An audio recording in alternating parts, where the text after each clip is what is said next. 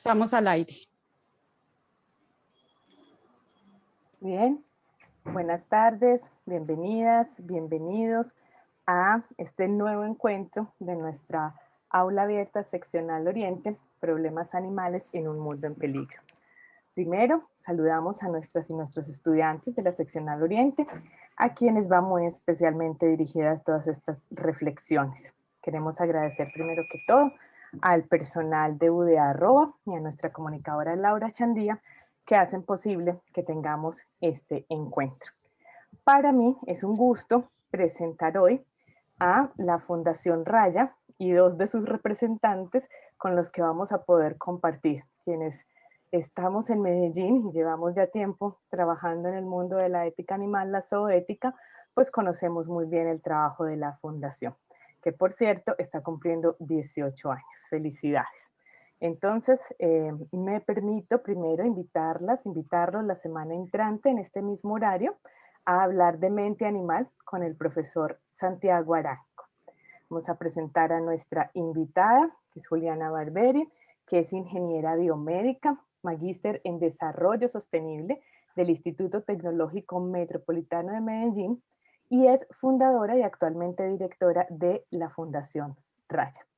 Y también a nuestro invitado Gabriel Chica, que es politólogo de la Universidad Nacional de Colombia, abogado de la Universidad de Antioquia, consultor e investigador en temas de protección y bienestar animal, así como en temas relacionados con derecho internacional de los derechos humanos, protección internacional, sistemas locales de justicia, entre otros.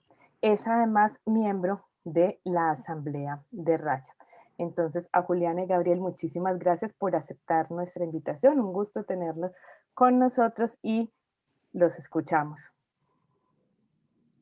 Muy buenas tardes, muchas gracias por la invitación, por abrir este espacio no solo a la Corporación Raya, sino a este tema de la protección y la defensa de los animales, que me parece que tendría que ser ahora mismo en este momento de la historia de la humanidad mucho más relevante, pues no solamente por esta pandemia que estamos viviendo que se origina de esa relación alterada con los demás animales, sino también por la crisis ecológica que estamos viviendo pues a nivel planetario. Entonces, pues nuestra charla se llama los animales en una sociedad democrática y Gabriel pues va a empezar como con la introducción. Bueno, gracias Juliana, gracias profesora Paula por esta invitación, muy contento de estar en este espacio, un saludo muy especial también para los estudiantes de la seccional Oriente y también para todas las personas que ahora están conectadas en esta transmisión viendo este tema. Lo primero es que ya de antemano el título de nuestra conversación me parece que es algo que vale la pena comentar y hacer un par de reflexiones previas y está relacionado con esa idea clásica que tenemos de democracia, ¿cierto? Y que es de celebrar hoy que podamos estar hablando en un espacio académico como este de los animales en ese contexto democrático, ¿cierto? Digamos, la democracia con todas las particularidades que tiene, y ahorita voy a hacer también unas aclaraciones sobre eso, digamos, ha ido en una evolución, a veces no al ritmo que quisiéramos, pero que digamos, hoy se está trabajando porque los animales estén de distintas maneras representados en esta idea de democracia. Entonces, como les decía, lo primero es como cuando hablamos acá de democracia, no es como una visión que niegue los problemas que pueda tener la democracia, no estábamos haciendo una apología de ella ni invisibilizando algunas dificultades que ya desde lo teórico y todos en nuestro día a día seguro podemos visibilizar. Pero es la figura precisamente que hoy nos da cabida a estos escenarios académicos y que en el escenario de lo público, de lo jurídico, hoy permite que hablemos de animales, ¿cierto? Si estuviéramos en otras formas de gobierno, en otros sistemas políticos, no estaríamos seguramente pudiendo hablar de esa figura de los animales o no de la misma manera. Y lo segundo es que esta reflexión que vamos a hacer, pues no nos vamos a concentrar un montón en la reflexión sobre la subjetividad política de los animales, no vamos a decir mayores reflexiones sobre los animales son sujetos políticos, aunque lo consideramos así, pero acá lo que vamos a hablar es de algunas formas institucionales, jurídicas, de la sociedad civil, comunitarias, entre otras, que en el marco de la sociedad democrática nos permiten hablar de animales, de protección a los animales, de defensa de los animales. Entonces es pues como el camino más o menos que vamos a tomar. Juliana, ¿me ayudan por favor? Listo. Entonces lo primero es hablar de el Estado en esa sociedad democrática, el Estado que tenemos hoy. Algunos hablan del Estado moderno, ¿cierto? Aunque esto pueda resultar redundante. El caso es que hoy tenemos un Estado como construcción social y política que tiene tres poderes públicos, ¿cierto? Y que vamos a ver ahorita que hace ya varias décadas el Estado, en nuestro caso el Estado colombiano, tiene unas obligaciones en materia de protección y bienestar animal y en general en materia de reconocimiento de los animales. Entonces, pasamos por estas obligaciones en general implican unas responsabilidades y un papel de cada uno de los poderes públicos, ¿cierto? Entonces, respecto al Congreso de la República, y digamos antes de llegar a esto, es importante que pensemos en, bueno, el Estado, ¿qué puede hacer, cierto? Nosotros todo el tiempo estamos diciendo, es que no hay políticas públicas, es que no hay leyes, falta mayor rigurosidad en las sanciones frente al tema animal. Y cuando nosotros estamos invocando este montón de cosas, de llamados, de demandas, para garantizar unas mejores condiciones a los animales, pues estamos invocando distintas competencias, distintas líneas de acción, ¿cierto? Y el Estado entonces tiene como esas divisiones fundamentales y entonces el Congreso de la República, en el caso concreto de los animales, tiene la obligación de proferir unas leyes que vayan a la altura del estado ético que tiene la sociedad colombiana, ¿cierto? El Congreso de la República, que es la Cámara de Representantes y el Senado, profieren o deben proferir leyes que estén orientadas a esa efectiva protección de los animales. Digamos, a partir de 1989, el Congreso de la República en Colombia ha venido profiriendo algunas leyes y esto ha tenido que ver un poco con algunos cambios, ¿cierto? Si nosotros pensamos en cómo era hace 10 años el tema de los animales, cómo era hace 20 años, seguramente notamos un par de cambios, ¿cierto? No son tal vez todos los que muchos quisiéramos, pero seguro identificamos algunos cambios y muchos de esos tienen que ver con leyes, ¿cierto? Entonces, ahorita vamos a hacer un desarrollo de cuáles son esas leyes que desde el Congreso de la República se han ido expidiendo para la protección de los animales y esa es pues como esa principal función que tenemos en el marco de una sociedad democrática. Y quiero hacer mucho énfasis en esto y que durante mi conversación todo el tiempo voy a estar haciendo referencia a esto, porque esto es relevante para la democracia o qué tiene esto que ver con la democracia. Entonces, en una sociedad democrática, el Congreso de la República tiene esa función de crear unas leyes, pero no cualquier tipo de leyes, ¿cierto? Acá nuestro Estado, como un Estado social de derecho, debe proferir unas leyes que sean garantistas, unas leyes que vayan, como decía ahorita, al paso que va la ética de nuestra sociedad o incluso impulsar a que nuestras sociedades, en algunos casos, cuando no se da ese tránsito tan natural, que nuestras sociedades también encuentren el llamado a evolucionar en términos éticos. Y el segundo de los poderes públicos es el Ejecutivo Nacional, entonces está el presidente de la República, pero también las autoridades administrativas en los departamentos, en los municipios, ¿cierto? Entonces tenemos a los alcaldes, tenemos a los gobernadores y esto también implica una presencia del Ejecutivo con sus secretarías en cada uno de los entes territoriales, ¿cierto? En nuestro municipio, en el departamento y en todos los departamentos finalmente hay unas autoridades que están haciendo presencia allí desde lo ejecutivo, están construyendo planes, programas, proyectos, están ejecutando acciones para mejorar esas condiciones de los animales. A veces no tan suficientes, pero pues digamos, allí está su función. Y el tercero de los poderes públicos que hace presencia en una democracia es, y en un Estado democrático, es el poder judicial. Y este poder, ¿quiénes son? Pues son los jueces, son los tribunales, es la Corte Constitucional, es el Consejo de Estado, es la Corte Suprema de Justicia, ¿cierto? Son esos jueces desde los más pequeñitos en unos niveles territoriales hasta los que son más generales en nuestro Estado, finalmente son los que en Colombia han marcado la parada en la protección animal. Y eso es algo que debo decir, y es que nuestro Congreso de la República, aunque ha expedido algunas leyes, se ha quedado corto, muy corto en la protección a los animales. El Ejecutivo Nacional muchas veces, no sé, en el plan de desarrollo no quedaron los recursos suficientes, no existen las secretarías con los programas y los proyectos necesarios para atender a determinados problemas. Entonces también el Ejecutivo muchas veces se queda corto, y es el Poder Judicial entonces, y vamos a ver ahorita que hay otros actores, los que deben como llegar a salvaguardar y a proteger a los animales cuando ya estos dos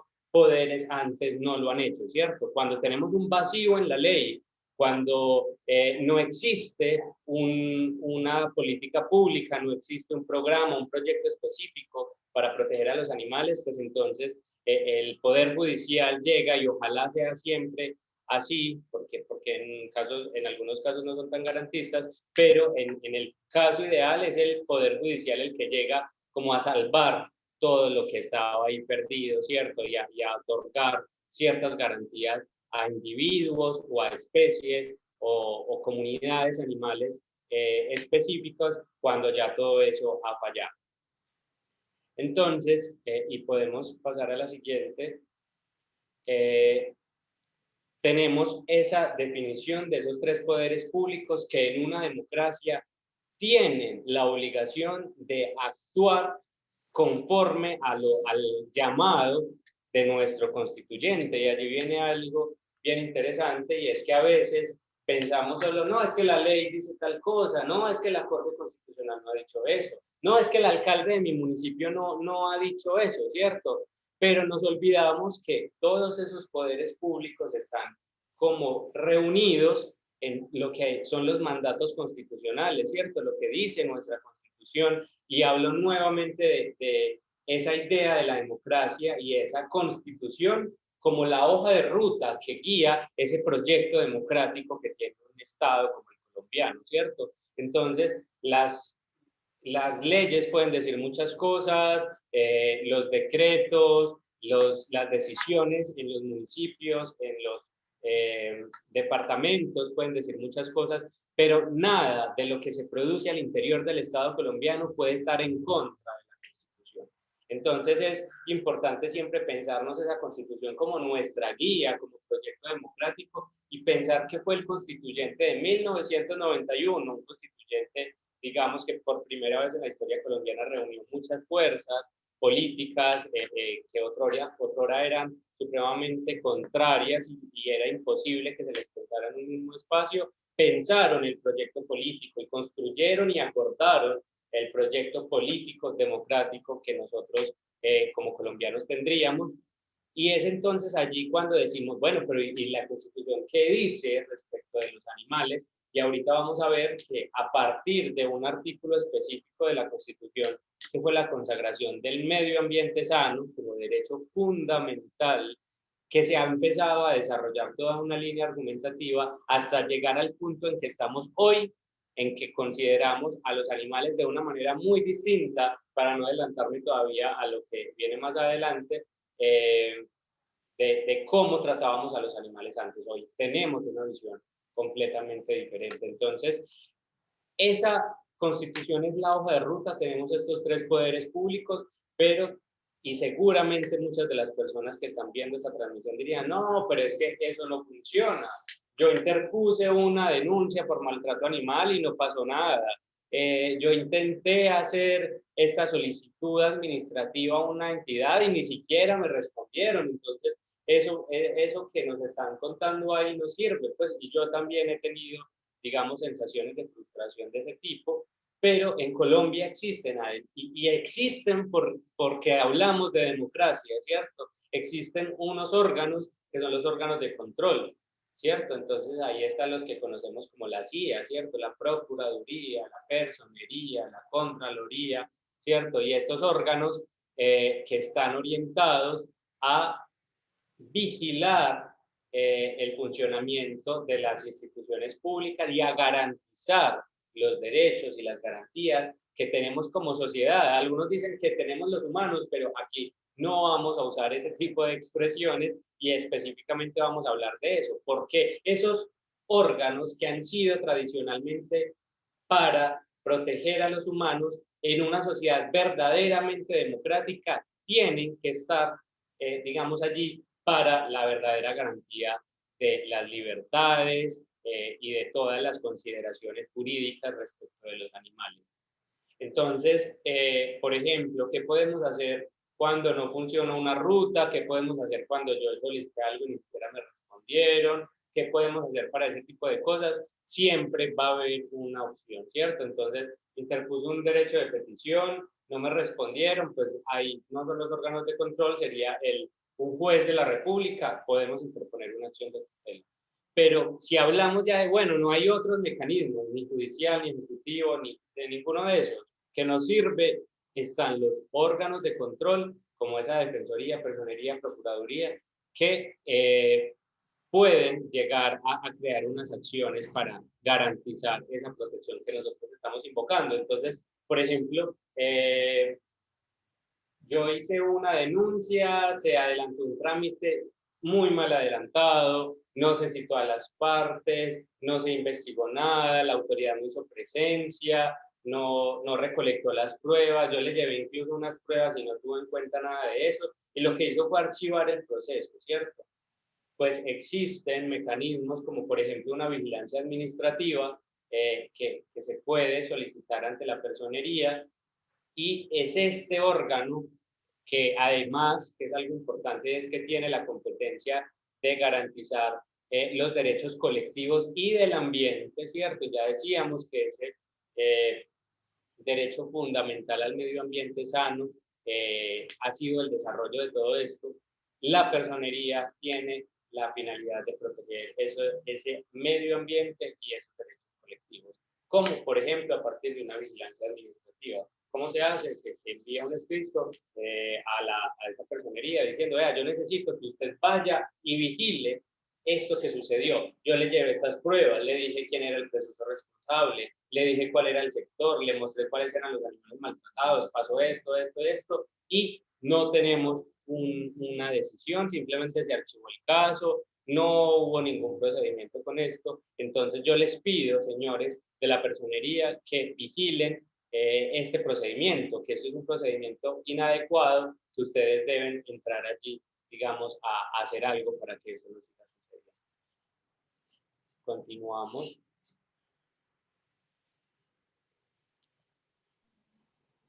Bueno, ya adentrándonos un poco más como en ese papel que tenemos los ciudadanos y ciudadanas, es decir, la sociedad civil, las que no estábamos vinculadas a ninguno de esos entes que mencionaba anteriormente Gabriel, pues siendo yo directora de una corporación desde hace 18 años, tengo alguna información y algunas herramientas que me han ayudado a entender un poco ese rol que tenemos los ciudadanos para proteger a los demás animales.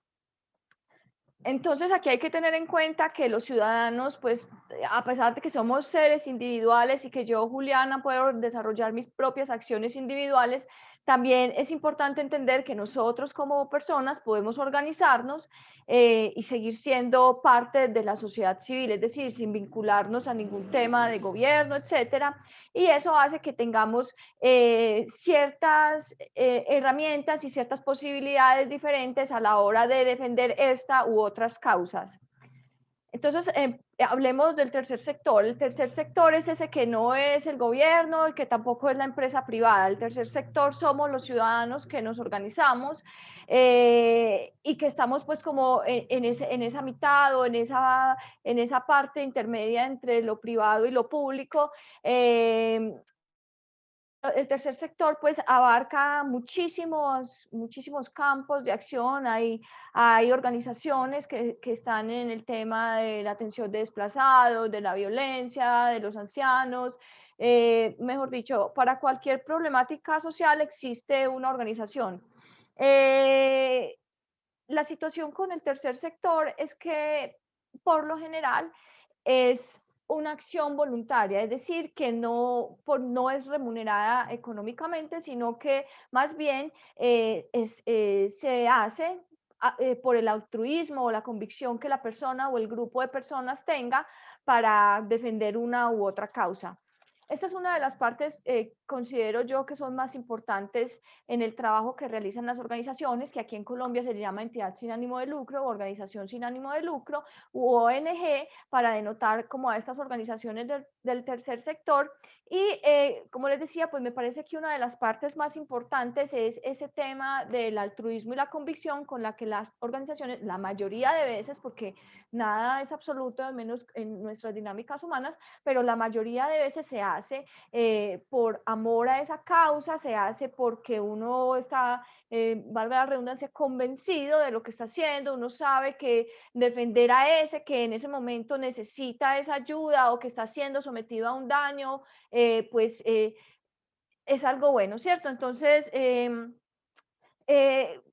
cuando uno realiza las acciones por convicción o por el altruismo, pues entonces esas acciones por lo general pueden, es que todo es como por lo general, porque no puedo ser radical en ninguno de mis argumentos, pero cuando se hace con altruismo, las cosas pueden superar muchísimo más fácil los obstáculos. Entonces, cuando las personas están comprometidas con una causa, muchas veces la falta de recursos no es un problema, pero se supera, o la falta de personal, pues es un problema, pero se logra superar porque uno está convencido de lo que está haciendo y uno no simplemente está ahí siendo remunerado o con esa motivación exclusiva. Entonces, pues yo creo que esa es una de las partes más importantes y que creo que tiene que ser muy, muy valorada, porque finalmente del tercer sector las que están logrando que haya una movilización de parte del gobierno y de parte de las organizaciones privadas para que haya un cambio en alguna de las problemáticas que defienden.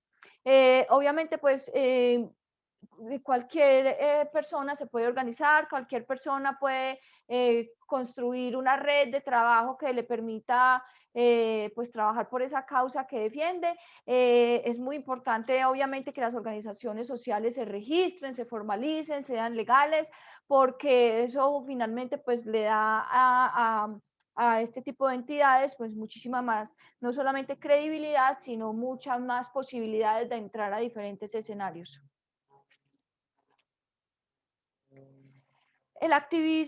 Las organizaciones sin ánimo de lucro tienen muchas líneas de acción. Yo apenas voy a mencionar aquí algunas, y esas algunas son en las que nosotros, por lo menos como corporación, hemos tenido algún tipo de experiencia, pero pueden existir muchísimas más dependiendo pues de la causa que esté defendiendo esa organización. Una de las que son más comunes o de las que se suelen usar transversalmente en las organizaciones es la del activismo. Pues el activismo simplemente son todas aquellas movilizaciones en diferentes formas, formas de protesta, de manifestación, de intervenciones artísticas. Yo creo que el activismo es uno de los campos de acción más amplios, con un abanico de posibilidades más extensos en la defensa de una causa. Y eso hace, y lo que quiere es movilizar, ya sea a la ciudadanía o ya sea al gobierno o a las empresas privadas, para que cambie alguna cosa que esté sucediendo que esté en contravía de la causa que se defiende. Existe, por ejemplo, un activismo digital, que es todo aquel que se lleva a cabo a través de redes sociales, que muchas veces es minimizado o se tiene como por debajo porque no es algo presencial, pero se han visto, es algo evidente y hay como comprobarlo, que esas formas de movilización digital también tienen unos resultados muy importantes, las twitteratones, o sea, todas esas movilizaciones han hecho grandes cambios. También pues está el caso de las peticiones en línea, donde cientos de miles de personas firman unas peticiones que, a pesar de que no están físicas, pues eso tiene una fuerza muy grande a la hora de exigir esos cambios que se están buscando. Pero también está obviamente pues como ese activismo que no es digital, sino personal, real, pues como tangible, y ese activismo se hace y es el que más conocemos, que es pues como la protesta en la calle, las manifestaciones, todo esto, pero que también hay otras formas, como les decía anteriormente, los performance, las intervenciones artísticas de diferentes espacios, etcétera. Entonces, pues, como les digo, el campo de acción o la línea de acción del activismo es muy amplia, y facilita la visibilización de las causas y también ayuda a llamar la atención de aquel al que se refiere o al que se quiere buscar para que se genere ese cambio. Entonces, en muchas ocasiones es el gobierno o es una empresa que está causando X o Y daño en una situación o en otra. Y eso pues hace que las causas se visibilicen y se puedan empezar a gestionar en otras líneas de acción. El activismo obviamente presenta muchísimos retos, como cualquier línea de acción de las organizaciones, y uno de los retos que yo considero que es más importante vencer es ese tema como de la sanción social que tiene el activismo, porque realmente hay muchas personas que ven con malos ojos todas estas intervenciones directas o todas estas llamados de atención porque lo relacionan con X o Y ideología política que no tiene nada que ver. Puede pasar que estén más cercanas a cierto lado de la esfera política, pero que en realidad simplemente son parte del sentir ciudadano y hace que sean muy valiosas. Bueno, en la otra línea de acción es la línea de acción de la gobernanza. Esta línea es algo que, en mi concepto, creo yo que a las personas que nos dedicamos a alguna causa la hemos dejado un poco atrás y no hemos sido tan juiciosos a la hora de prestarle atención a esta línea de acción, pero que me parece que es súper importante y que también pues genera unos resultados bastante evidentes para mejorar pues esos problemas que estamos tratando de intervenir.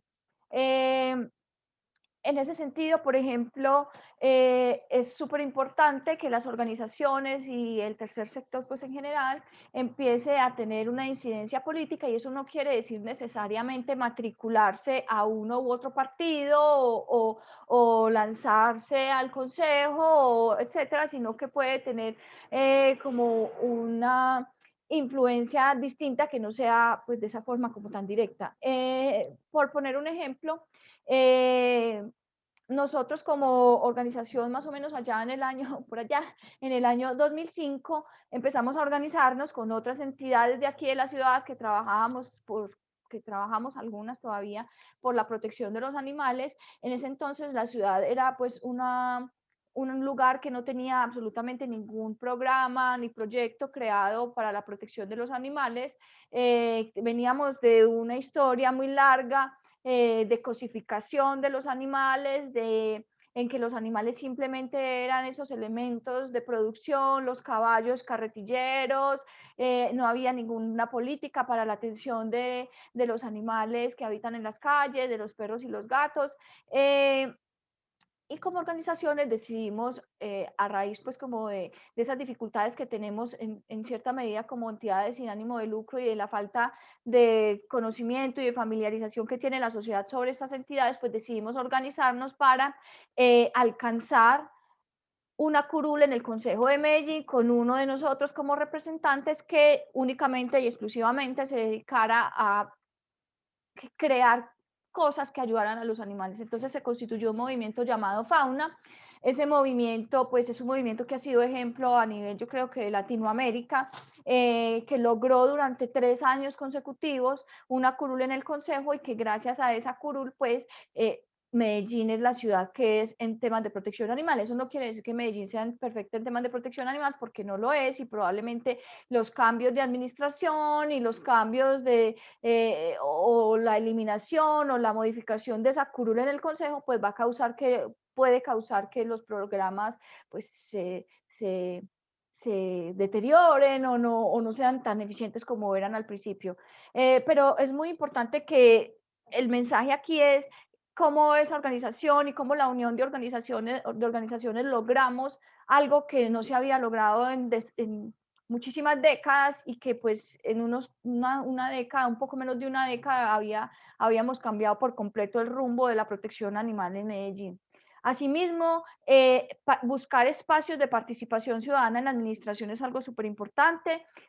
Por lo general, las administraciones tienen esos espacios, pero desafortunadamente no son muy publicitados, muy anunciados, son más bien escondidos, y cuesta acceder a ellos. Y muchas veces esos espacios, por ejemplo, la Junta Defensora de Animales, que pues está dictada por la Ley Quinta de 1972, pues es algo a lo que la administración no le presta mucha atención. ¿Por qué? Porque la administración realmente, como administración, su interés no es la protección de los animales, pero nosotros como defensores de animales sí podemos exigir y sí podemos estar pendientes de que esos espacios de participación que están ahí, que son abiertos y que son obligatorios, pues de verdad se les dé el uso que debería darses. Y por último, pues está este tema de las políticas públicas, de cómo nosotros como parte del tercer sector podemos estar ahí asesorando y haciendo presión todo el tiempo a los que hacen esas políticas, en el caso de Medellín, al Consejo de Medellín, a la Asamblea Departamental, a todas estas entidades que están haciendo las normas que rigen pues todo lo de los territorios, y que podemos estar ahí nosotros que conocemos las problemáticas y las posibles soluciones, pues haciendo presión para que esas políticas públicas sí sean realistas, porque muchas veces pues ahí hay un componente de politiquería y de que las masas digan, ay, pero mira cómo quiere a los animales fulano, pero realmente sí son efectivas esas políticas, realmente eso sí va a traer una solución a las problemáticas que estamos planteando.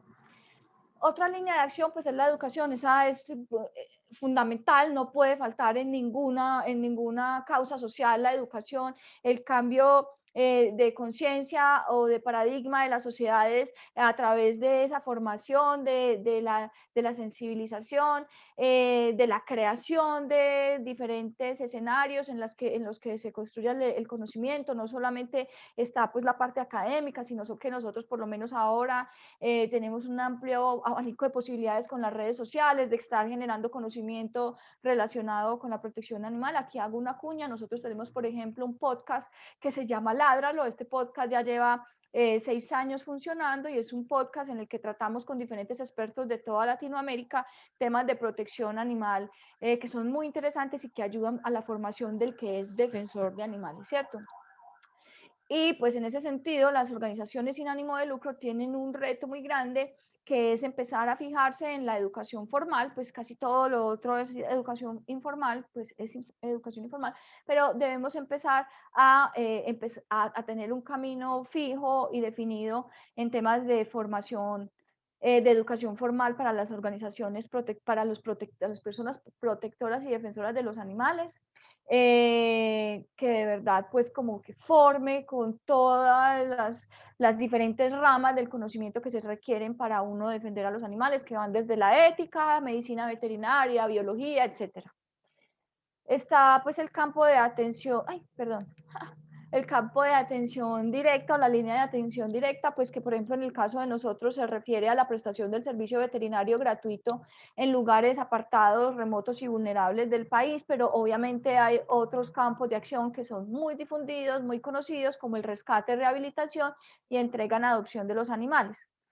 Es muy importante, pues como tengo unos retos ahí que siempre he tratado como de afianzar en todos los escenarios en los que tengo la oportunidad de intervenir, y es que tenemos que nosotros como defensores de animales vencer esa sensiblería, superar el mascotismo y entender que los animales no los recogemos por pesar, no les ayudamos por pesar o porque yo me esté sintiendo muy mal, sino porque es éticamente correcto y porque ellos son sujetos de consideración moral, es decir, nosotros tenemos que ver la forma de no causarles daño y si se les causa daño, tratar de ayudar para que ese daño pues se termine, ¿cierto?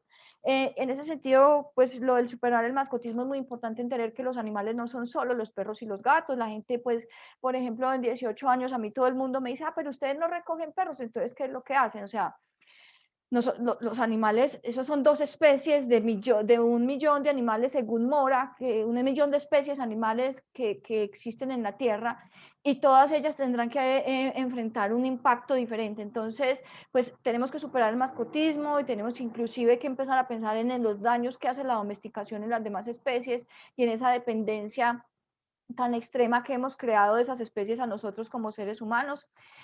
También es importante enfocar las intervenciones o las actividades que se realicen dentro de esa atención directa en la prevención más que en la atención de una cosa que ya sucedió. Es mejor prevenir que curar, entonces, pues como enfocar y enseñar a los demás defensores de animales que la prevención quizá a través de la educación y de otras estrategias puede ser muchísimo más efectiva que simplemente dedicarnos a solucionar ese problema.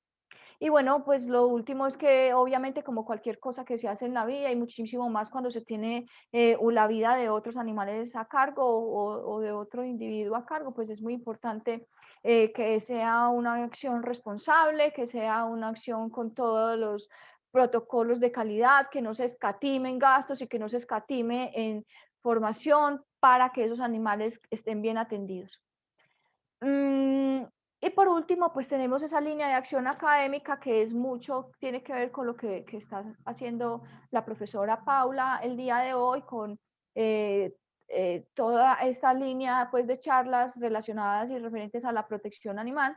Pero también es muy importante aquí tener en cuenta que es muy importante la interdisciplinariedad, que debería cada profesión tener un componente de protección animal, pues casi pues, porque es importante entender que todas las profesiones o todas las líneas de conocimiento tienen cierto impacto sobre los demás animales con los que convivimos y que cuando hay esa multiplicidad de disciplinas podemos lograr muchísimas más cosas con todas las áreas de conocimiento apuntando a un mismo objetivo. Como estábamos hablando ahora de pasar como de, de, de se me fue la paloma, pero estábamos como pasando, hablando de esa transformación entre yo y ahora ya no soy yo, sino que somos nosotros. Estamos pues como en esta misma vía y quiero hablar un poco más del movimiento Fauna, que fue el movimiento que les hablé anteriormente, que se creó a partir de las voluntades de las personas que en ese momento estábamos y de las organizaciones que en ese momento existían en Medellín. Nosotros teníamos muchísimos problemas para lograr, aunque sea la esterilización de un perro o lograr que hubiera un lugar, pues en ese momento definitivamente el enfoque estaba mucho más dirigido al problema de animales en las calles, había mucho maltrato, había muchos animales en las calles y como les mencioné no había ninguna política de protección animal para ellos. Entonces nosotros estábamos teniendo como una real crisis emocional porque la situación era muy diferente y a raíz de un evento en el que recogimos como 100.000 pesos, o sea, fue algo, un fracaso, por decirlo entre comillas, pero no fue un fracaso porque eso originó que empezáramos a organizarnos como un colectivo y creamos Fauna, que significa fuerza antitaurina, anticrueldad, unida por la naturaleza y los animales. Fauna logró, por ejemplo, la creación de un programa masivo de esterilizaciones y lo más bonito de todo, la erradicación de vehículos de tracción animal o carretillas, como se llaman en otras partes.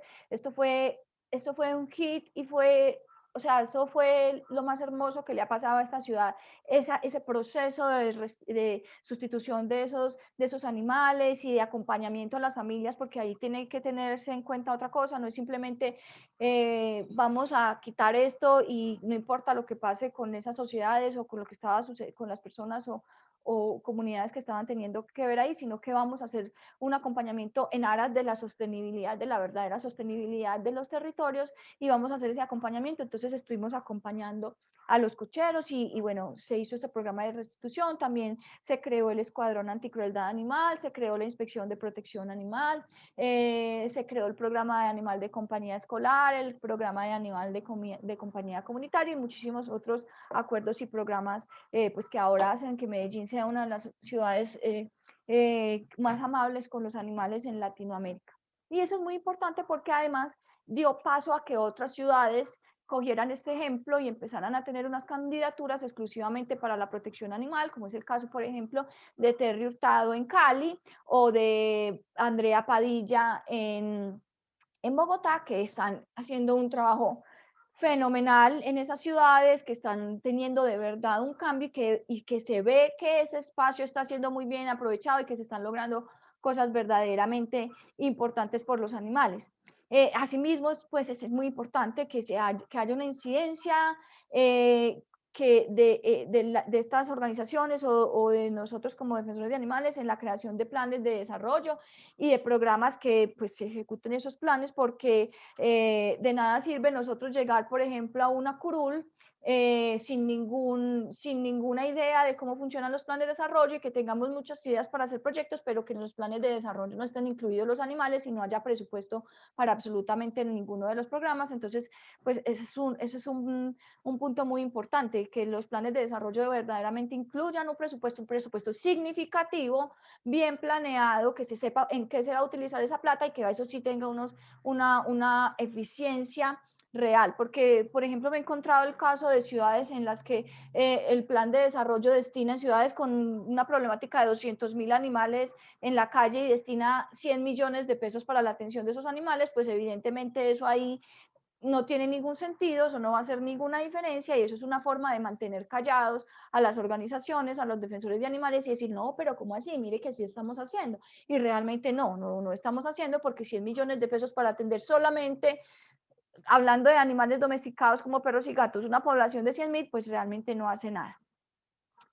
Y finalmente, es muy importante que las organizaciones no estemos en constante conflicto con las administraciones, que eso es algo que desafortunadamente puede verse mucho y que es algo natural que suceda, porque como les decía anteriormente, pues las organizaciones, digo, las administraciones no están ahí para defender a los animales, a ellos realmente no es mucho lo que les interese, y eso genera frustración en las organizaciones, pero eso no quiere decir que nosotros debamos dejarnos llevar por esa frustración, por esa rabia o por esa sed de venganza que a veces pues existe, pero simplemente lo que hay que hacer es volverse un negociador, y eso es algo muy importante cuando somos organizaciones sin ánimo de lucro y cuando queremos tener alguna incidencia en las administraciones. Entonces, poder inmiscuirse y meterse por todos los espacios en los que haya posibilidad para hablar de protección animal y para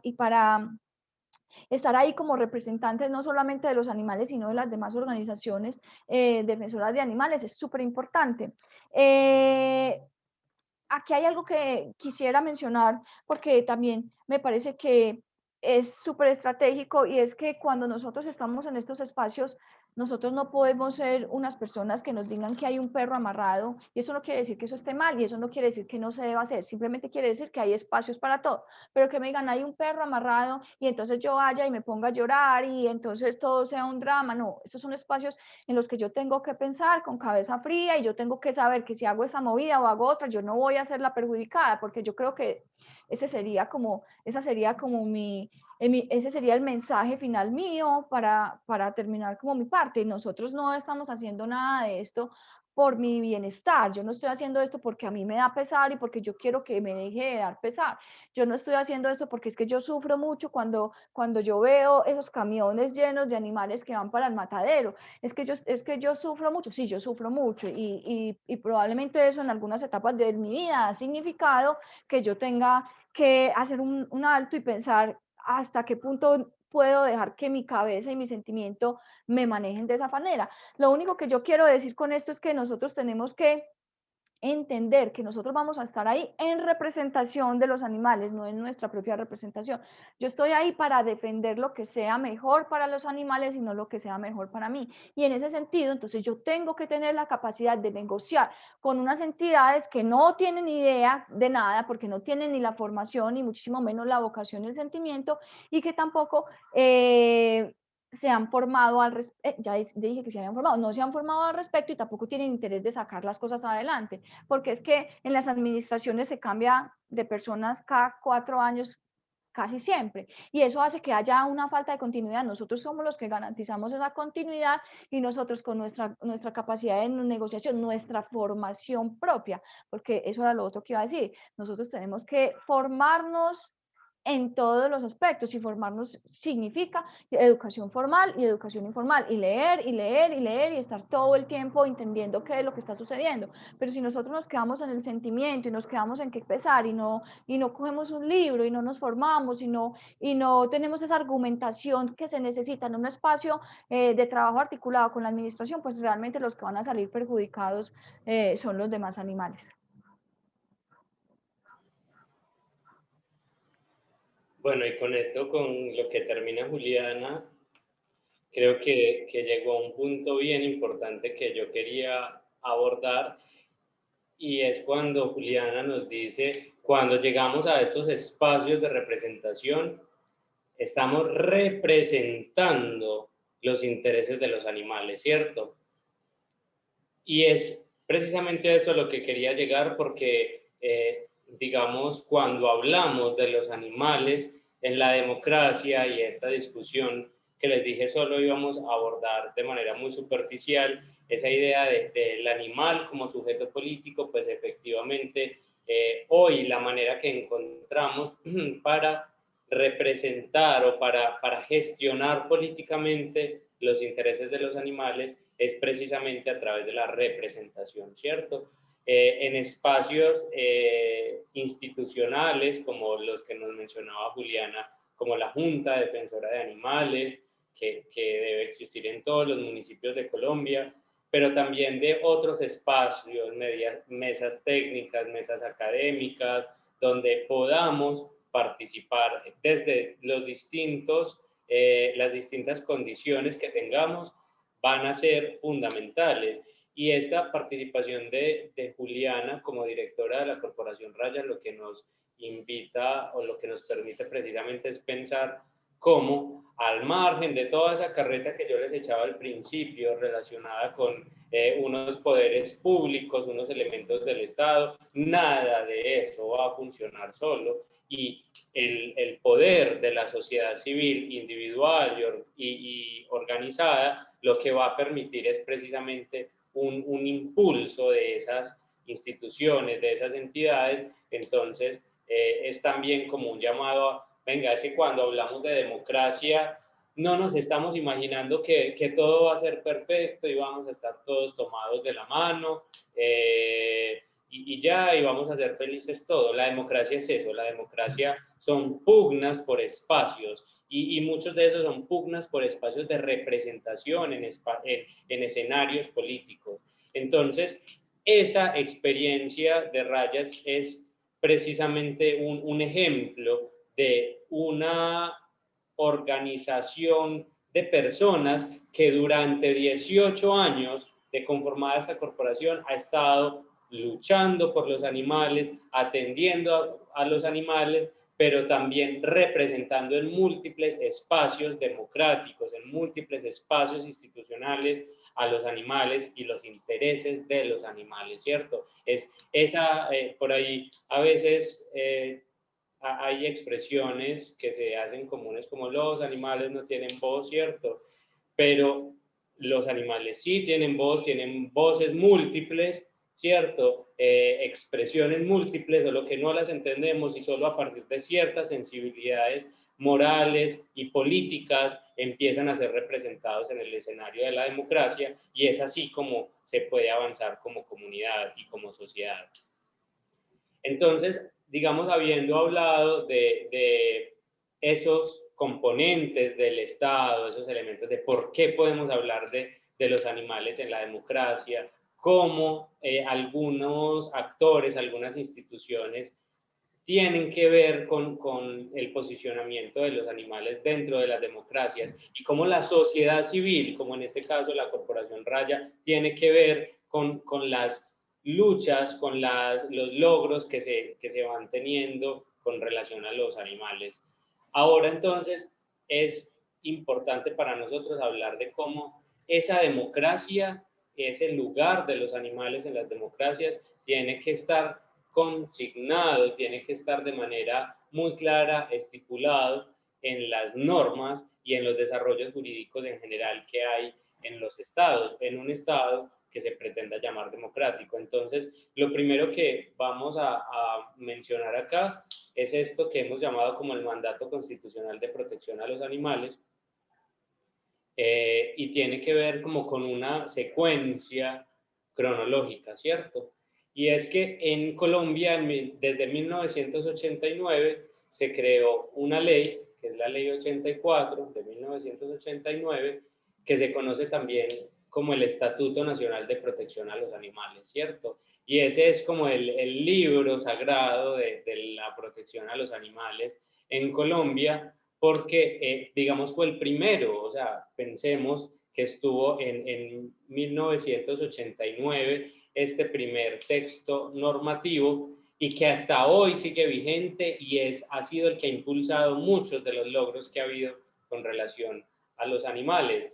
Este texto, este Estatuto Nacional de Protección a los Animales, establece muchas cosas, pero establece unos asuntos principales que nos parece fundamental acá comentarles, y es que desde ese momento, 1989, artículo 1 de esta ley, nos dice: los animales gozarán de especial protección contra el sufrimiento y el dolor en todo el territorio nacional, ¿cierto? Es una cosa que muchos estados en Latinoamérica no tienen desde esa época, ¿cierto? Y que se atrevió a decir: animales domésticos, animales silvestres, animales exóticos van a ser protegidos de manera especial en todo el territorio nacional. Es, pues, de antemano un logro jurídico grandísimo que ha habido en Colombia desde hace ya varias décadas. Pero si pensamos, esta ley fue en 1989 y nuestra Constitución en 1991. O sea, fue una ley que se profirió antes de nuestra Constitución política. Y por eso las leyes, cuando llega este constituyente, se establece la Constitución, dice: fue madre, vea, va a tocar revisar todas estas leyes que tenemos de acá para atrás, a ver cuáles se ajustan a este nuevo texto constitucional, una constitución más democrática, más plural, una constitución que le da un lugar fundamental a la sociedad, la participación civil se empieza a ver mucho más reflejada allí. Entonces se empiezan a valorar como, a ver, cuáles de estas leyes que proferimos de acá para atrás todavía pueden continuar vigentes, y se hace ese control de constitucionalidad. Esta ley, entonces, pasa ese control y sigue vigente hasta hoy, lo cual nos dice que para la época ya venía siendo una ley bastante de avanzada. Y lo que empieza a configurarse en la Constitución de 1991 es ese derecho fundamental al medio ambiente sano, ¿cierto? Un artículo que nos dice que el medio ambiente sano es un derecho fundamental de todas las personas. Y este artículo constitucional, a partir de unas interpretaciones de la Corte, nos dicen: ah, mire, es que esto que teníamos por acá, que decía que los animales van a ser protegidos en todo el territorio nacional, nos cabe en esta idea del medio ambiente sano, ¿cierto?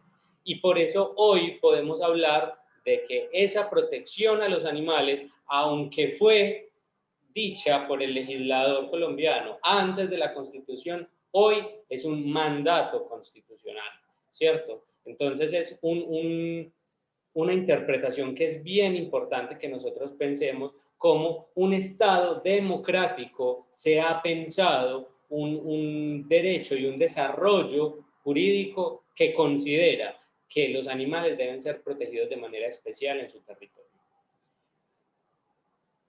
Los animales entonces están incluidos dentro de ese concepto de ambiente y se desarrollan unos principios para ese momento de 1989, solamente dos. Uno que nos habla de la protección animal y nos dice, bueno, el Estado tiene la obligación de hacer que esa protección sea real, sea efectiva, que los animales, esos que nosotros estamos viendo por ahí, los individuos animales, sean protegidos, ¿cierto? Y además el bienestar animal. Nos establece como principio el bienestar animal y cuando hablamos de principio es importante que comprendamos qué es un principio en una sociedad democrática, ¿cierto? Un principio es esa base, es ese fundamento de todo lo que se construye para arriba, pero además un principio es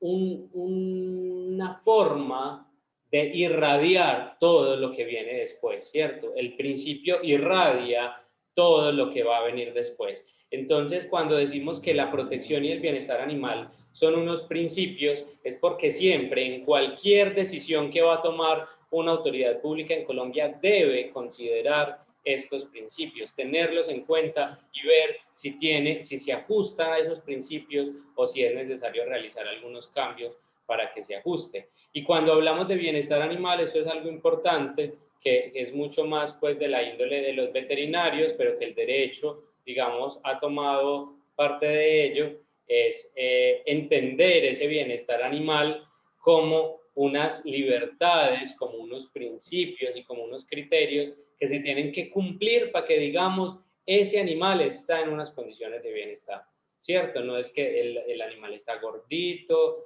que tiene tal cosa, que yo lo veo muy bonito. No, esos criterios, digamos, no son los que tienen relación con la idea del bienestar animal. El concepto técnico de bienestar animal nos habla de 5 libertades y entonces esas 5 libertades tienen que ver con el movimiento, con que los animales tengan alimentación y bebida adecuadas, con que ellos se puedan comportar de acuerdo a sus condiciones biológicas, ¿cierto? Que no les modifiquemos esas condiciones, que no los obliguemos a generar otros comportamientos. Y también unas libertades como subjetivas, y es que ellos no tengan miedo ni estrés, que no tengan un sufrimiento.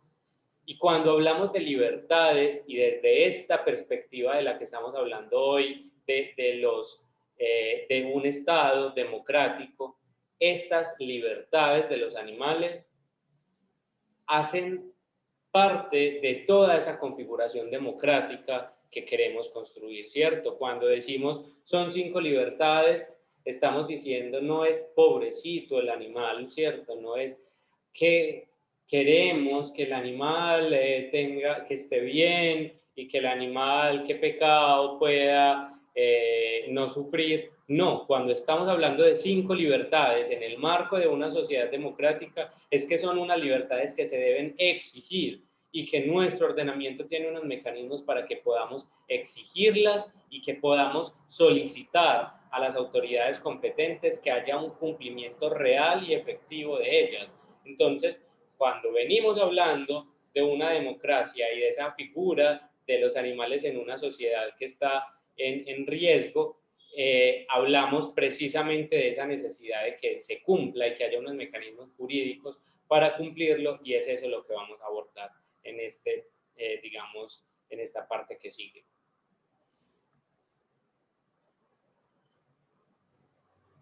La evolución entonces que ha tenido la consideración de los animales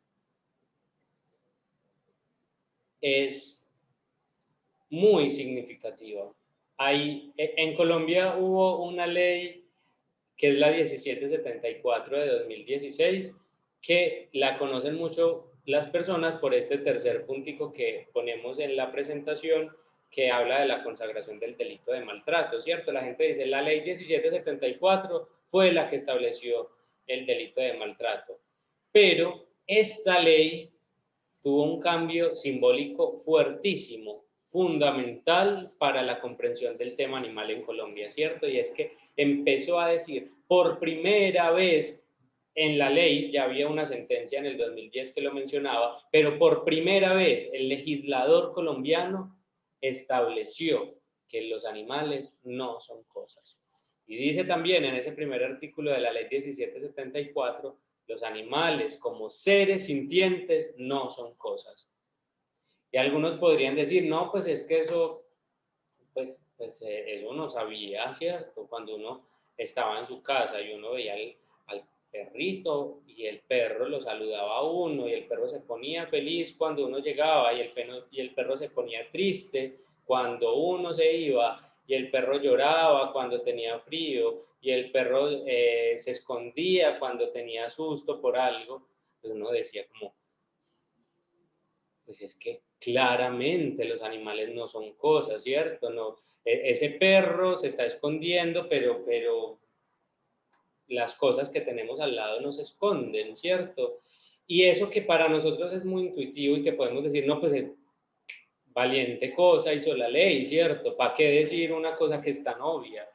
Pues realmente el cambio es tan sustancial que es lo que nos permite decir que los animales deben ser considerados como seres sintientes en todas las decisiones que haya, ¿cierto? Y entonces vamos a ver que todas las legislaciones posteriores se basan en eso y por eso esta empieza a ser como la piedra angular de todo el desarrollo jurídico posterior, ¿cierto? Nos empieza a decir, pues es que antes podíamos realizar unas prácticas con los animales, porque aunque como sociedad veíamos que ellos sufrían, pues eran bienes. En el Código Civil decía, los animales son bienes, son semovientes, son unos bienes que aunque se mueven solos, son bienes, son cosas.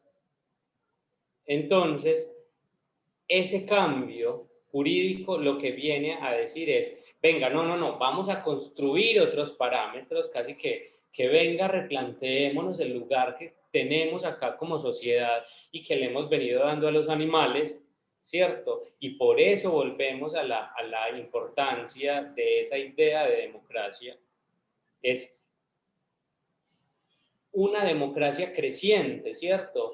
Y la democracia históricamente ha excluido a muchos sujetos, pero ha sido la democracia también paradójicamente la que ha permitido que poco a poco vayamos incluyendo a determinados sujetos. Entonces, pues las mujeres no podían votar, no han podido votar siempre, ¿cierto? Ese es un logro democrático de las mujeres.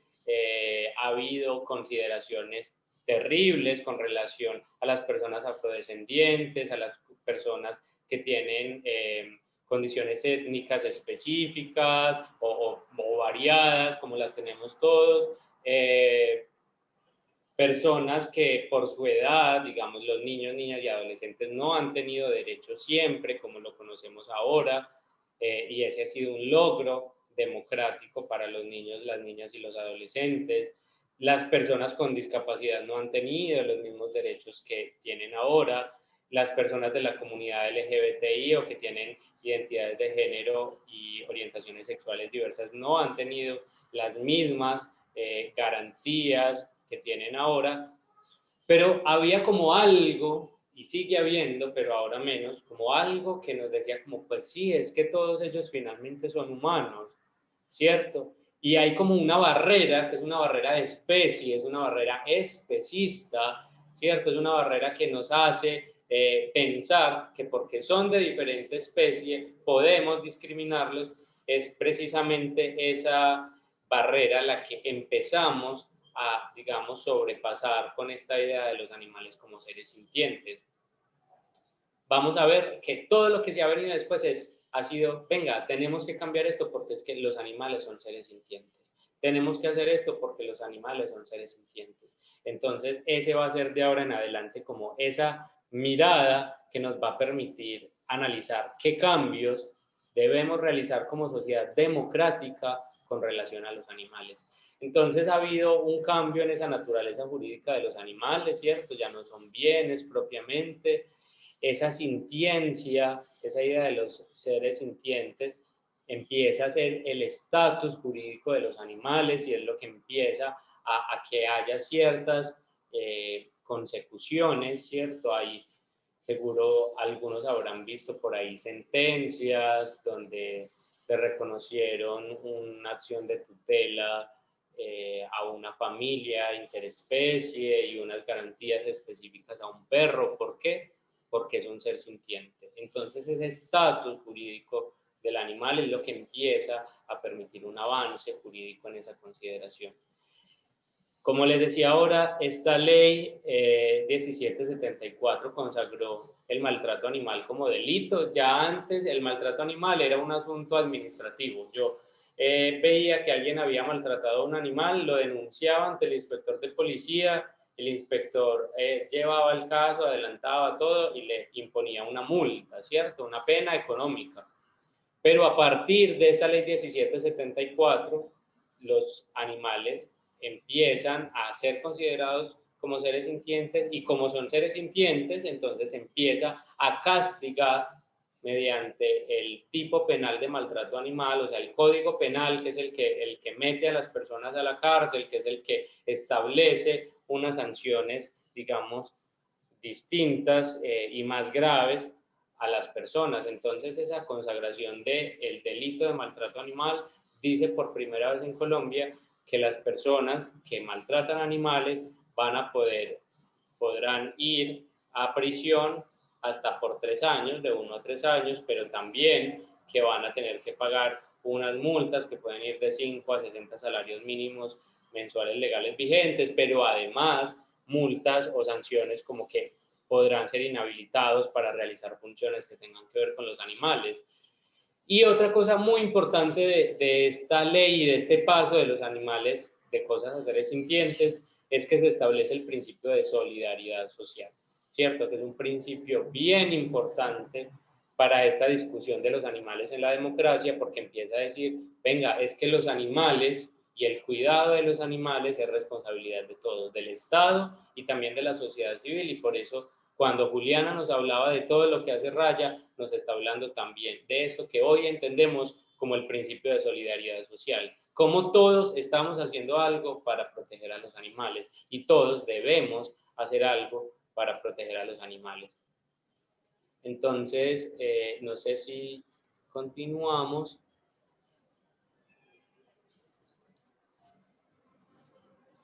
Bueno, los avances, ha habido pues unos avances importantes en términos de la protección de la fauna silvestre. Esto tiene que ver con que, como les decíamos ahora, desde el Código Nacional de los Recursos Naturales en Colombia hay una protección a los animales como especie, ¿cierto?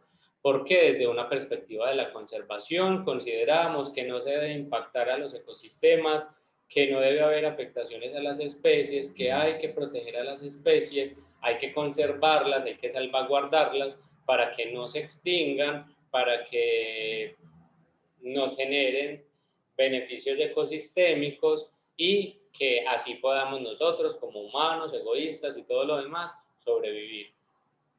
Entonces, esa protección de las especies, digamos, es importante, ¿cierto? Para, digamos, controlar el fenómeno del maltrato a gran escala, pero ha habido también avances importantes a partir de toda esta legislación que les venía mencionando en proteger a animales como individuos, en proteger a ese animal de la fauna silvestre único, específico, que está allí y que fue maltratado. Entonces ya no protegemos solo como especie, sino como individuos.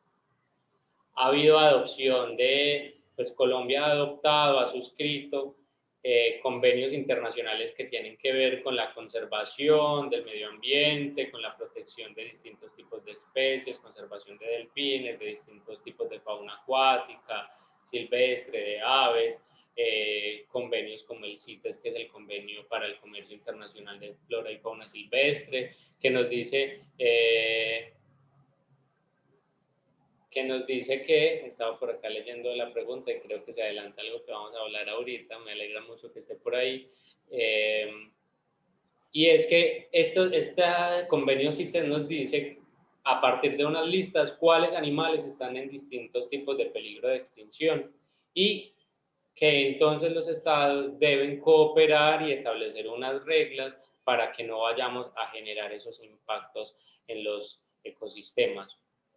La persecución del tráfico de fauna silvestre, entonces en Colombia hay un delito que, aunque no se llama específicamente así, lo que está atacando es ese tráfico de fauna silvestre, ¿cierto? Que es una cosa muy frecuente acá, y es que como humanos hemos explotado a tal punto y de maneras como tan exacerbadas nuestros entornos, los animales que nos acompañan, que se ha hecho común que las personas quieran tener en sus casas una tortuga, un loro, un mico, una iguana, ¿cierto? Y que vienen de la costa y entonces en la carretera les ofrecen un perezoso y es muy lindo, entonces me lo llevo para la casa. Ese tipo de cosas que son un delito, que están sancionadas en Colombia, porque la fauna silvestre no puede ser apropiada por las personas en Colombia, pues es un avance también de la legislación. Y esa prohibición de la utilización de animales de la fauna silvestre en circos fijos e itinerantes, que les hablaba un poquito ahorita, y tiene que ver con esa regulación que ha hecho la norma desde el 2013 en Colombia, hablando de esa prohibición de que en esos espacios de diversión haya, digamos, o sean escenarios para el sufrimiento animal. Lo que dice es, venga, había en Colombia unas excepciones a la protección animal que tienen que ver con que los mal llamados espectáculos culturales, temas de alimentación, algunos asuntos religiosos, algunos asuntos para la experimentación médica, que vamos a ver que ha habido modificaciones con esto, pero esto de la diversión con animales ya es el colmo, ¿cierto? Como que esto ya no nos cabe en el ordenamiento jurídico, y entonces empieza a llegar a Colombia esa prohibición de la utilización de la fauna silvestre en circos. Dale, Julián. También hay unas regulaciones en materia de convivencia con los demás animales, entonces el Código Nacional de Policía y Convivencia, que es la Ley 1801 de 2016, nos establece como unos reglamentos, unas regulaciones, unos parámetros que debemos tener para esa convivencia con los animales. Y nosotros podríamos decir, bueno, pero ¿esto qué tiene que ver con la democracia?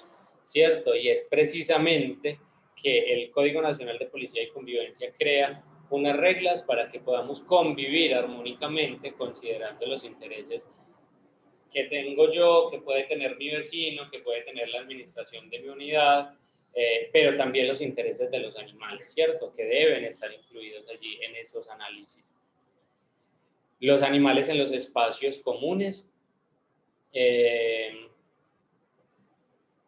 que precisamente entonces tiene que ver con algunos asuntos sobre el cuidado y la tenencia responsable de animales de compañía, cómo debo salir yo con mi animal, cuándo le voy a dar un paseo, cómo va a ser esa relación con el animal compañero en esos espacios comunes, qué cuidados debo tener, qué responsabilidades tengo respecto a él. Todo esto está regulado por el Código de Policía. Y hay un asunto bien interesante allí, y es esa idea de la prohibición de convivir con animales.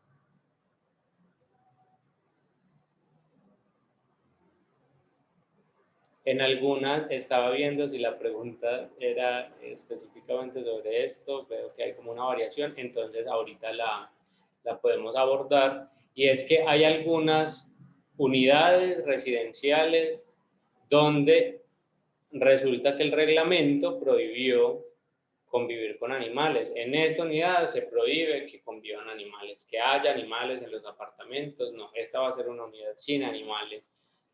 Reglamentos de ese tipo son inconstitucionales. No pueden estar vigentes, son contrarios a la Constitución Política de Colombia y se pueden denunciar, y es posible que hagamos que se cambie el reglamento de mi unidad, sí dice eso. ¿Por qué? Porque la Corte Constitucional de Colombia ha dicho que que el hecho de convivir con los animales, de lo que ahora podemos llamar una familia interespecie, hace parte del desarrollo de derechos fundamentales, ¿cierto? Del ejercicio de derechos fundamentales como el libre desarrollo de la personalidad, la libertad de expresión, la intimidad personal y familiar. Entonces la Corte ha dicho, no, venga, nada de que hay unidades que pueden, porque son unidades y porque son espacio privado, va a prohibir la convivencia con animales, porque es que no pueden llegar al punto, por más que sean un espacio privado, no pueden llegar al punto de vulnerar derechos fundamentales. Lo de las regulaciones para la tenencia, digamos, puede haber algunas regulaciones respecto a cuáles zonas se pueden utilizar y cuáles no, este tipo de asuntos, pero no una prohibición total de ellos.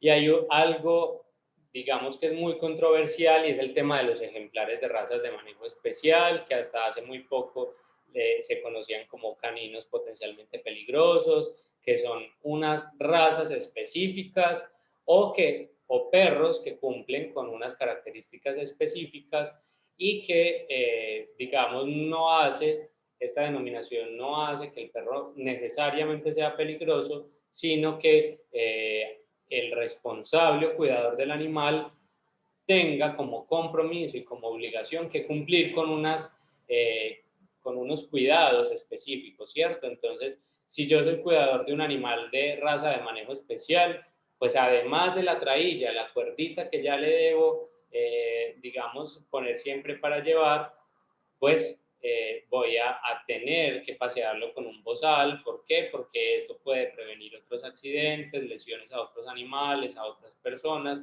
Entonces, digamos que ese tipo de regulaciones también están establecidas en términos de convivencia, precisamente pensando en todos los retos que significa una convivencia en una sociedad democrática.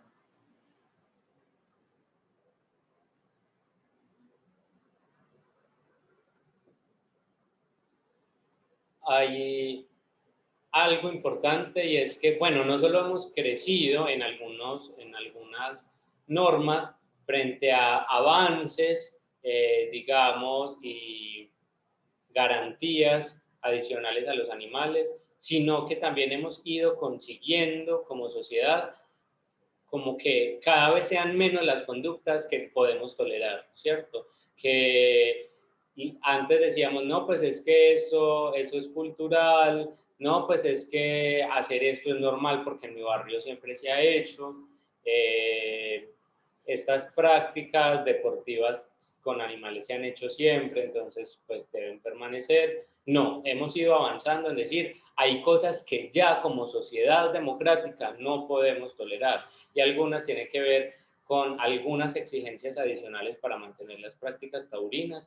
Lamentablemente en Colombia todavía no se han prohibido estas prácticas, las corridas de toros, ni las novilladas, ni las becerradas, ni las riñas de gallos, ni las tientas, ni el rejoneo, ni el coleo, ni todas estas cosas terribles que hacemos con los animales, pero sí ha habido por parte de la Corte Constitucional, y por eso recuerden que al principio les decía, pues madre, acá los jueces, en este caso la Corte Constitucional, el Poder Judicial, ha sido el que ha venido a rescatar las cosas cuando ya están realmente muy perdidas.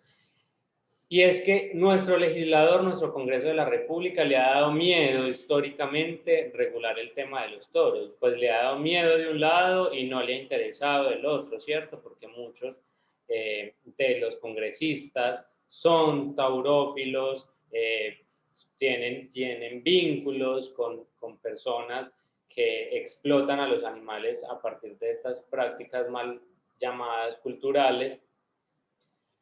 Entonces, nuestro Congreso de la República ha estado en deuda, ni siquiera con nosotros, ha estado en deuda con los animales, una deuda histórica, y ha sido la Corte Constitucional la que se ha arriesgado a dar algunos pasos más allá, aunque también se ha quedado corta.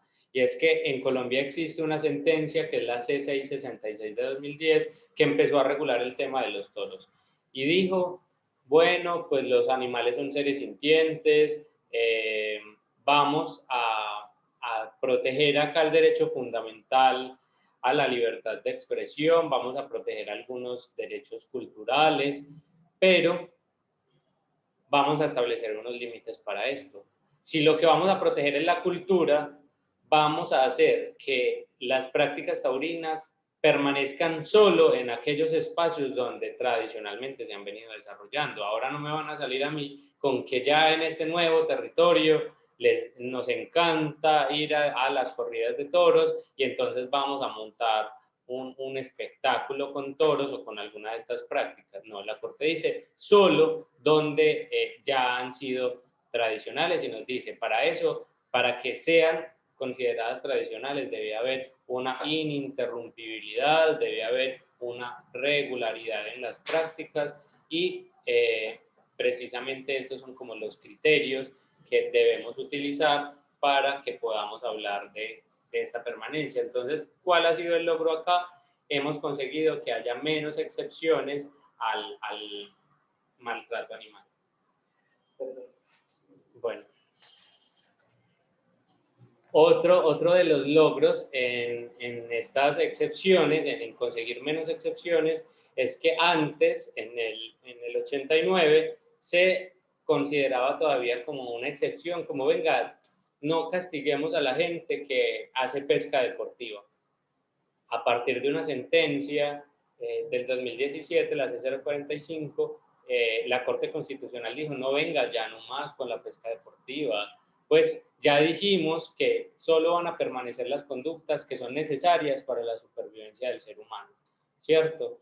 Y esto entonces excluye una práctica como la pesca deportiva, porque es una práctica inútil, es una práctica, decía la Corte, abyecta y fútil, una práctica innecesaria, una práctica que no tiene sentido, ¿cierto? Entonces vamos a quitar esta excepción y de ahora en adelante el que realice pesca deportiva está cometiendo un delito. Y también la prohibición de la experimentación con animales en los productos cosméticos. Esto, digamos que ha sido un gran logro del movimiento animalista y de la sociedad, ¿cierto? De la sociedad colombiana como sociedad democrática. Y es la ley 2047 de 2020 que finalmente prohibió la experimentación, pero también la comercialización, la importación, la fabricación y un montón de momentos de las fases productivas de los cosméticos que son probados en animales, ¿cierto? También las mezclas, los productos que usan materias primas que han sido testeadas o probadas en animales. Entonces, digamos que este es otro gran logro que se ha tenido.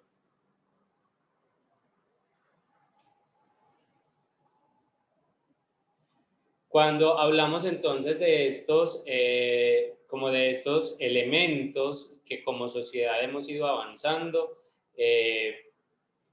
finalmente la pregunta que queremos como hacernos es eso, ¿qué de esto consigue mayor inclusión democrática respecto de los animales? ¿Cierto? ¿Qué de estas consideraciones desde lo institucional, desde lo administrativo, todas esas instituciones que nosotros les mencionamos al principio, todas la participación de la sociedad civil, digamos con todo lo que nos contó Juliana, y todo el desarrollo jurídico que hemos tenido a lo largo de la historia en Colombia, qué de esto tiene que ver con la democracia y digamos que lo que nos permite responder es un camino hacia la democracia, ¿cierto? Hoy no podemos decir que los animales son sujetos políticos reconocidos plenamente en nuestra democracia, porque en Colombia no hablamos hoy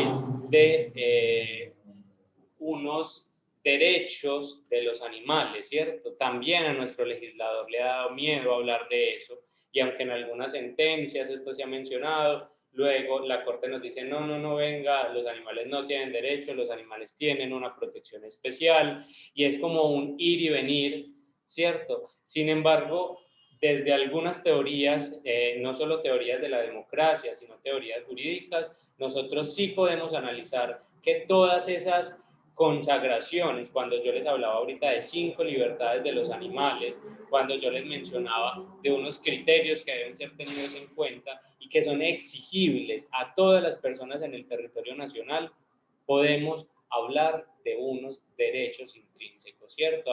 Hay una teoría en el derecho que se llama la teoría de los derechos reflejo, que lo que dice es básicamente eso. Así yo no le esté reconociendo expresamente un derecho a un sujeto, si yo establezco una obligación para un tercero, o sea, si yo le digo a usted, señor humano, usted tiene que proteger al animal, respetar al animal, tiene que garantizarle su libertad de movimiento, su libertad de alimento y de bebida, su libertad de comportarse de acuerdo a sus condiciones biológicas. Si le tengo que respetar que no tenga miedo ni estrés, que no tenga sufrimiento o dolor, ¿qué se está haciendo allí tácitamente? Se le está reconociendo unos derechos a los animales. Entonces es un poco como el trasegar que se ha venido presentando, ¿cierto? Que es sin duda un avance que nos dice hoy tenemos una sociedad más democrática porque incluye de alguna manera a los animales, pero que no es una conquista, digamos, acabada, no es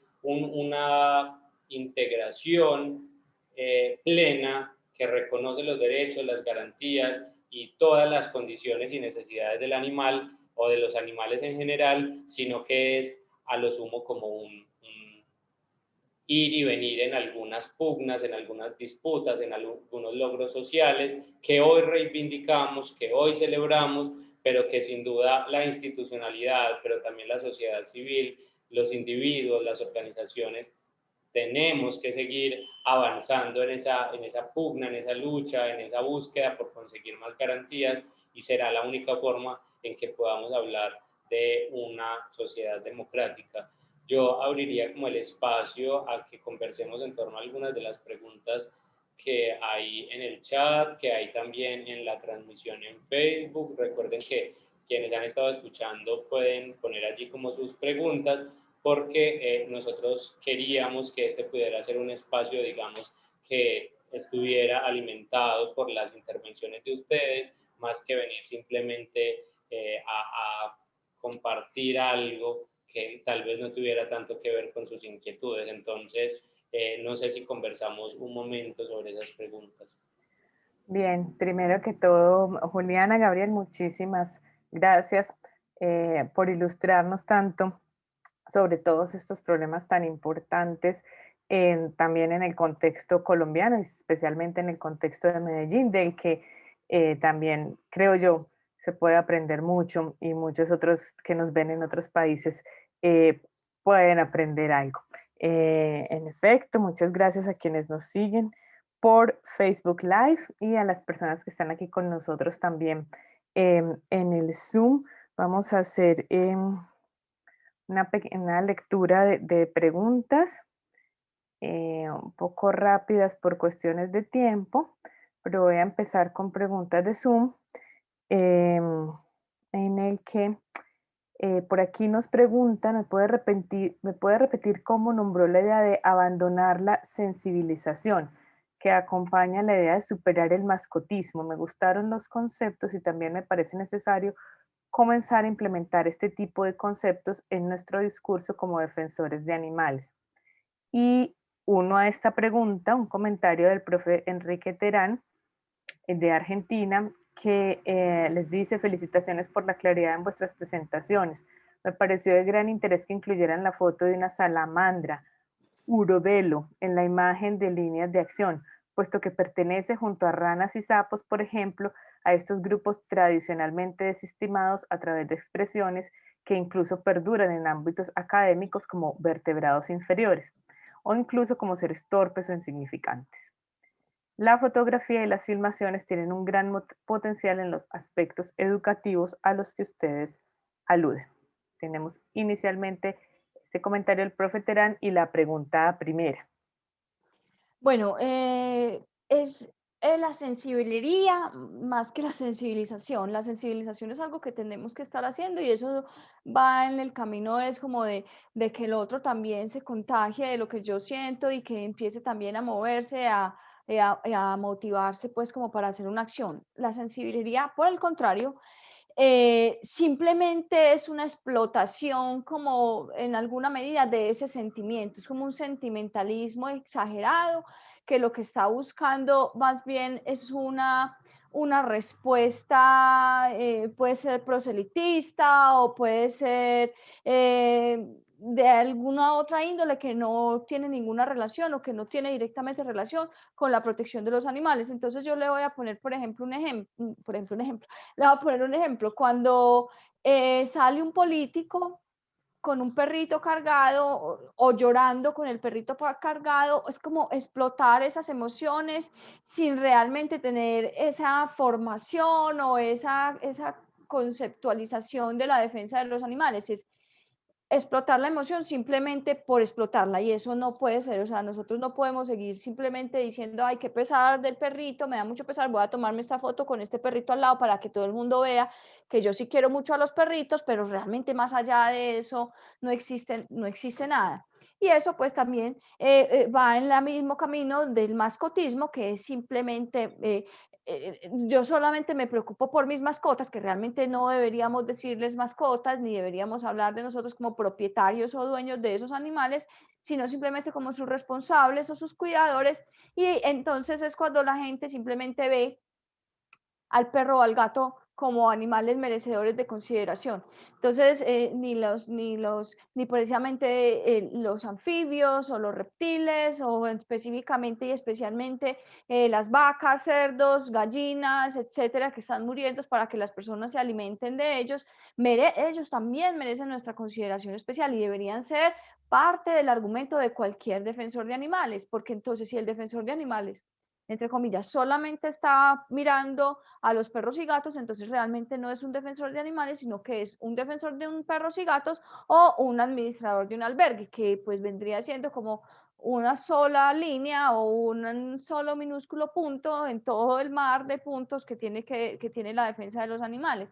Como el profesor decía, nosotros como defensores de animales tenemos que empezar a preocuparnos por las demás especies, porque nosotras mismas cuando empezamos, evidentemente empezamos por un problema de perros y gatos que era muy evidente, que era bastante complejo, que era muy fácil como de detectar porque estaba ahí, porque lo veíamos con nuestros ojos y lo vivíamos en nuestro día a día.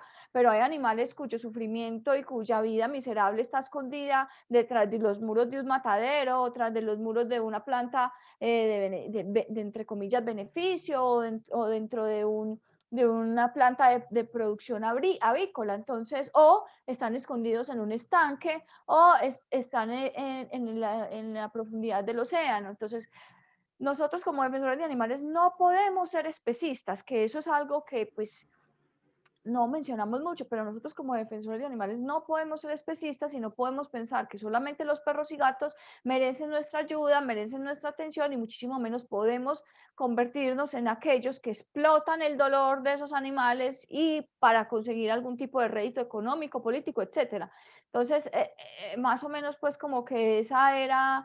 es la explicación a esas dos preguntas y bueno, y quisiera pues como intentamos inclusive en la presentación involucrar toda clase de animales, anfibios, aves, reptiles, mamíferos, peces, etcétera, porque es precisamente porque estamos convencidas de, y también los pusimos nativos o de nuestro país, pero también de otras partes como África, etcétera. ¿Por qué? Porque yo pienso que los animales, primero que todo, no tienen ningún tipo de frontera.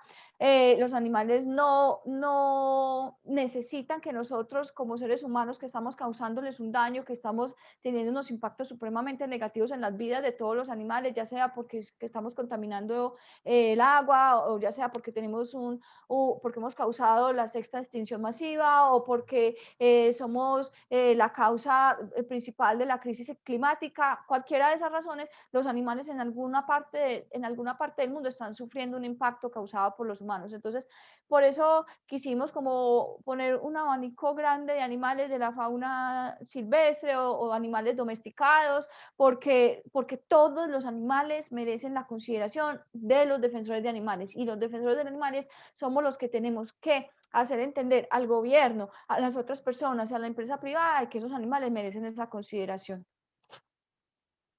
Gracias, Juliana. Paso a un par de comentarios del Facebook y vuelvo aquí al chat del Zoom.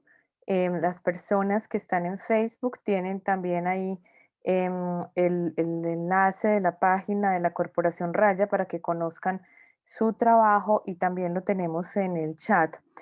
Dos comentarios. El primero es ese estatuto, la ley 84, no tiene medidas coercitivas para los abusadores, a diferencia de la ley 1774, nos dice John Richard.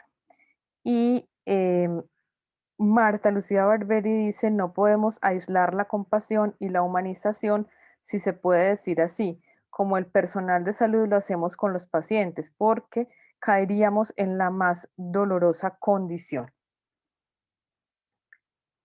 Y ya enseguida de pronto les comentan algo a los participantes. Aquí hay una pregunta pues larga, es como una consulta.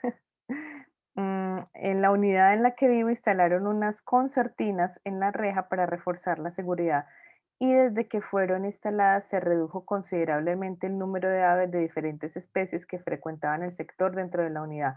Supongo que se han ido ahuyentando por las concertinas. Entonces, Yasmina agradecería que la orientaran sobre la acción que puede llevar a cabo para solicitar que sean retiradas, ya que estos son elementos cortopunzantes que representan una amenaza para las aves. Puede interponer alguna acción de protección para las aves, qué entidad la acompañaría en ella, en qué argumento legal se puede basar, pues dado que el argumento de la unidad es el de la vigilancia. Listo. Hay como varias cosas ahí para abordar. Me gusta mucho pues que hayan surgido como todas estas preguntas respecto a el primer comentario que dice, bueno, la ley 84 no establece medidas coercitivas para los abusadores, en cambio la ley 1774 sí. Yo creo que el tema de la ley 84 es más una falta de conocimiento por parte de los operadores de las normas, ¿cierto? Porque esta ley sí traía unos mecanismos de coerción, solo que eran principalmente económicas, ¿cierto? Pero esta ley nos estableció lo que en ocasiones he llamado como el abecedario de las violencias, ¿cierto? Y nos dice como un montón de conductas que van desde la A hasta la Z, y que toda persona que las cometa, pues se le presumirá que está maltratando a un animal.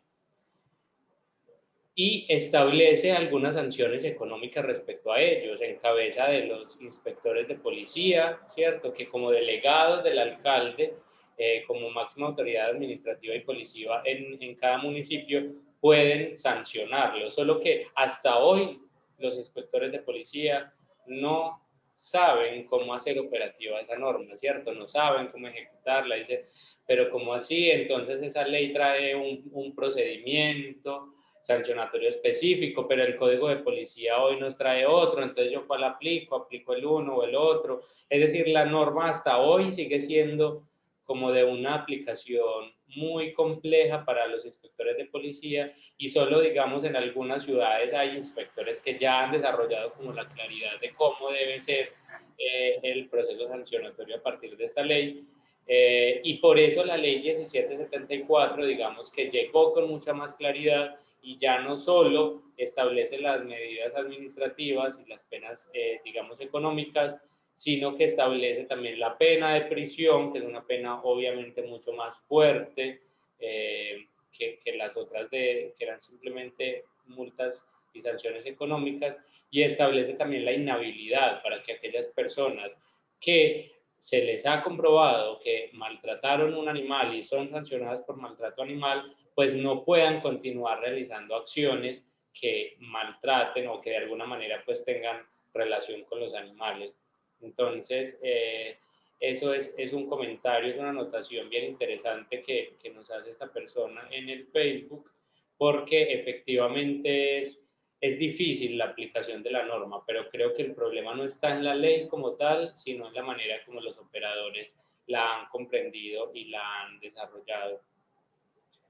Con el tema de la unidad, allí pues es necesario, hay como un camino específico, ¿cierto? Lo primero sería enviar una solicitud directa a la administración en la que se le diga, mire, antes, un poco como el contexto, antes teníamos visitas de estas y estas y estas aves, a partir de la imposición de esos elementos cortopunzantes en la unidad, pues como para garantizar, entre comillas, la seguridad de la unidad, se han empezado a ahuyentar estas aves, lo cual tiene unas consecuencias graves para ellas como individuos, ¿cierto? Porque si alguna de ellas llega a tener algún contacto, pues se va a poder lesionar, pero también como especies, porque son formas de desplazamiento intraurbano, ¿cierto? Es como aves que ya tenían algunos espacios habituales y que se ven desplazadas, y eso también cambia sus ritmos, sus formas de relacionarse y genera pues perjuicios,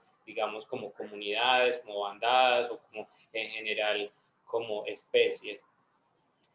Sí, bueno, el argumento pues es este mismo que les decía ahorita de la protección animal, de las conductas que se presumen como maltrato animal, que están contempladas en el artículo 6º de la ley 84 del 89, y entre esas está, por ejemplo, punzar, cortar, ¿cierto? Y generar este tipo de lesiones, y digamos que invocando que de una manera preventiva, o sea, siendo cuidadosos en la revisión de si ya ha habido de pronto aves que se hayan visto lesionadas, sino todo el tema de como la prevención respecto a eso, es decir, usted no debe como administrador o como junta de copropietarios tomar unas medidas que sean un potencial riesgo de maltrato animal. Entonces, le solicito amablemente hallar unos mecanismos de vigilancia y de seguridad que no lesionen potencialmente a los animales, ¿cierto? Que no generen esos riesgos para ellos y, digamos, también es un llamado como a explorar esos otros mecanismos. Si con esa solicitud directa a la administración, a la junta de copropietarios, la respuesta sigue siendo negativa, el competente sería el inspector de policía, quien como garante de la convivencia, de la seguridad, y de esa relación en este entorno del municipio, pues podría considerar estos mismos argumentos frente a esto y ordenarle eventualmente a la administración que tenga que cambiar. O sea, es que no se le está diciendo, no se le estaría diciendo a la administración, mire, descuide la seguridad, ¿cierto? No le estaríamos diciendo quítelas y ya, sino usted como administración, como primera autoridad dentro de la unidad, debe encontrar unos mecanismos eficaces y eficientes para garantizar la seguridad de la unidad y de todos quienes habitamos en ella, pero sin que ello represente una afronta y una eventual lesión para los animales. Entonces sería eso, una reclamación o solicitud directa a la unidad con estos argumentos. Si no funciona, inspector de policía con los mismos argumentos. Ley 84, artículo 6º, buscar el literal específico que habla de cortar y punzar, y todo el tema de la ley 1774 y de los animales como seres sintientes. Bien, Gabriel, muchas gracias por la amplia respuesta. Un comentario y una pregunta final, porque lamentablemente se nos acabó el tiempo. Dani, pues, tiene un comentario un poco largo, disculpa Dani que lo resuma en el final, donde nos dice: la pugna del hombre y los demás animales es por el territorio y sus bondades, y los animales están en desventaja en este aspecto por culpa de la ambición mercantil que explota sin consideración. Y también una pregunta, y es que si a largo o mediano plazo es posible reducir la tenencia de mascotas a su necesidad y no como elemento lúdico.